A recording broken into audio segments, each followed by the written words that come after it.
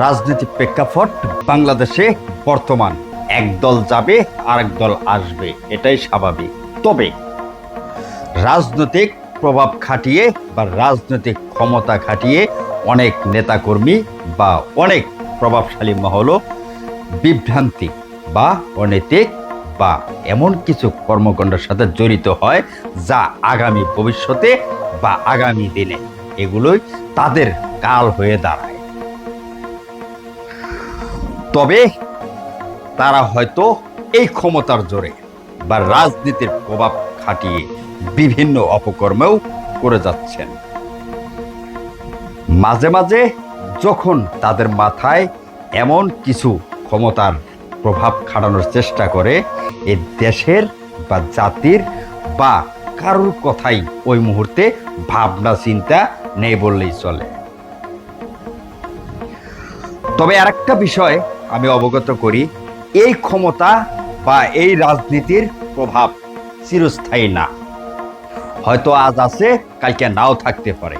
এই কথাটা অনেকেই হয়তো মনের ভিতরে রাখেও না বা মাথায় নেওয়ার চেষ্টাও করে না। তবে আমি আবারও বলি যে এই ক্ষমতা, রাজনৈতিক বা প্রভাব, অবশ্যই এগুলো মাথায় রাখতে হবে। এই ক্ষমতা চিরস্থায়ী না, আজ আছে বা কাল নাও থাকতে পারে। অতএব আমাকে আগামী দিনগুলো ওভাবেরই ভাবনা চিন্তা করে দিন যেভাবে যাক না করো, অন্তত সবার সাথে সুপরামর্শ, এমনকি সবার সাথে একটা আন্তরিকতা গড়ে তুলে থাকতে হবে। আজ ক্ষমতা আছে, কালকে নাও থাকতে পারে। অতএব আগামী দিনগুলো যেন সবার সাথে এই ধরনের আচরণ করব, অন্তত সবাই যেন মন থেকেই ভালোবাসে।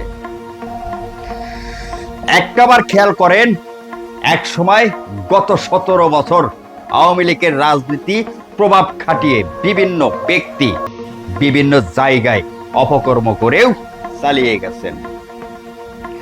তারা কখনো ভাবেও নাই এ দেশের ক্ষমতা বা এ দেশের রাজনীতি থেকে বিতাড়িত হবে বা এখান থেকে পালিয়ে চলে যেতে হবে। দেশের প্রধান থেকে শুরু করে রাষ্ট্র পরিচালনা যারা শীর্ষস্থানে ছিল বা মাঠ পর্যায়ে যারা কর্মী ছিল, আজ তারাও এ দেশে নেই। কেউ গা ডাকে দিয়েছে, কেউ জেল হাজতে, আবার কেউ হয়তো বিদেশে পাড়ি দিয়েছে। অথচ একটাবার ভাবেন, তারা এ দেশেরই সন্তান, এ দেশেরই মানুষ, বা এ দেশেরই কোনো জেলায় বা কোনো অঞ্চলেই জন্মগ্রহণ করেছে, তাদেরও স্থানীয়ভাবে কোনো সমাজ বা সমাজ ব্যবস্থাও আছে। অথচ তারাও আজকে তাদের কাছে ঘৃণার পাত্র হয়ে দাঁড়িয়েছে। আজকে তারা হয়তো নেই, বর্তমান বিএনপি গঠিত একটি সরকার, যে সরকার সচ্ছলতাভাবে দেশ পরিচালনা করার জন্য চেষ্টা করছে। আর এর মাঝেই বিএনপির কিছু রাজনৈতিক নেতা আছে যাদের সবসময় দেখা যায় কিছু অপকর্ম বা কিছু রাজনৈতিক ক্ষমতা চোখে আসে, কিন্তু তারাও হয়তো ভাবে না যে ক্ষমতা আজকে থাকছে, হয়তো নাও থাকতে পারে। আমি সাধারণত একজন সাধারণ ব্যক্তি হিসাবে বলতে চাই যে আমার চোখের দেখার সামনে একজন মাঠ কর্মী আওয়ামী লীগের নেতা পর্যন্ত তাকে নিজ এলাকা থেকেই জুতার মালা পরিয়ে, এমনকি কান ধরে উঠবাস করিয়ে পর্যন্ত এই অঞ্চল থেকেই তাকে বিতাড়িত করেছে। অথচ তার জন্মস্থান এখানে, তার বাবা মার জন্মস্থান এখানে, তার নিজের জন্মস্থান এখানে, এমনকি এই ইউনিয়নেরই ভোটার বা বাংলাদেশের একজন নাগরিক। সে কি কখনো ভাবছে এই দেশ থেকে বিতাড়িত হতে হবে বা লাঞ্ছিত হয়ে দেশ ত্যাগ করতে হবে? অতএব প্রত্যেকটা রাজনীতি ব্যক্তিকেই বলতে চাই, ক্ষমতা চিরস্থায়ী না। এই ক্ষমতা আজ আছে বা কালকে নাও থাকতে পারে। অতএব দেশের জনগণ বা স্থানীয় যারা আছে বা স্থানীয়ভাবে যারা বসবাস করছে, তাদের সাথে সুপরামর্শভাবে চলাফেরা করার চেষ্টা করবেন। অতএব প্রত্যেকটা ব্যক্তির অন্তত যেন ভালো কিছু যদি নাও করতে পারেন, অন্তত ক্ষতি করার চেষ্টা করবেন না। আমি সামান্য একজন ব্যক্তি, এত বড় উপদেশ দেওয়ার মতো আমার কোনো কিছুই নেই।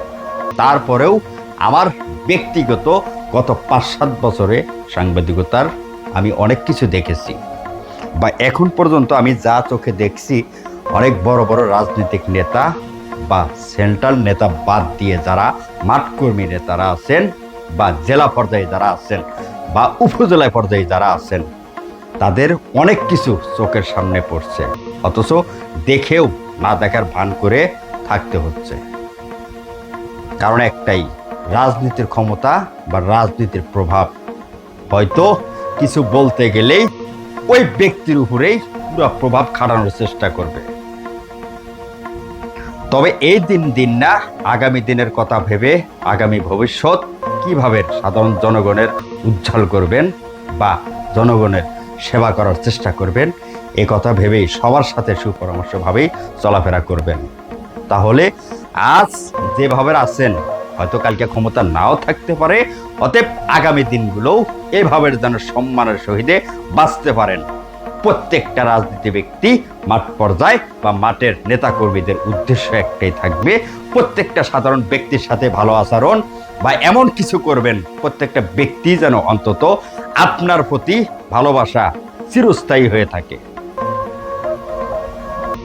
আমি এ দেশের নাগরিক বা এ দেশে বসবাস করি বা এ সমাজে বসবাস করি, এমন কোনো কাজ করা যাবে না যে এই দেশের বা এই সমাজের কোনো ব্যক্তি আমার প্রতি বিরক্ত থাকে বা এক বিন্দু অভিমান থাকে। রাজনৈতিক পরিচয় মানেই জনগণের সেবক, আর একজন রাজনৈতিক নেতা মানেই জনগণের বন্ধু বান্ধব। অতএব সেবক বা বন্ধু বান্ধবের আচরণ করার চেষ্টা করবেন। জাস্ট সচেতনমূলক অনুষ্ঠান। যদি রাজনৈতিক কোনো ব্যক্তি বা ইউনিয়ন পর্যায়ে বা জেলা পর্যায়ে যদি আমার কথাগুলো ভালো লাগে, অবশ্যই অক্ষর অক্ষরে পালন করার চেষ্টা করবেন। আগামী ভবিষ্যৎ আপনার উজ্জ্বল হবে। দেশের যে সরকার আসুক না কেন, চিরস্থায়ীভাবে বসবাস করতে পারবেন। আগামী দিনের চিন্তা করে, আগামী ভবিষ্যতের চিন্তা করে, আপনার ফ্যামিলির দিকে তাকিয়ে অবশ্যই সুশৃঙ্খল বজায় রেখে সবার সাথে ওঠা বসা করার চেষ্টা করবেন। কখনো প্রভাব বা কখনো রাজনৈতিক ক্ষমতা খাটানোর চেষ্টা করবেন না কোনো সাধারণ ব্যক্তির ভিতরে। ভালো থাকবেন, ভালো রাখবেন। আসসালামু আলাইকুম।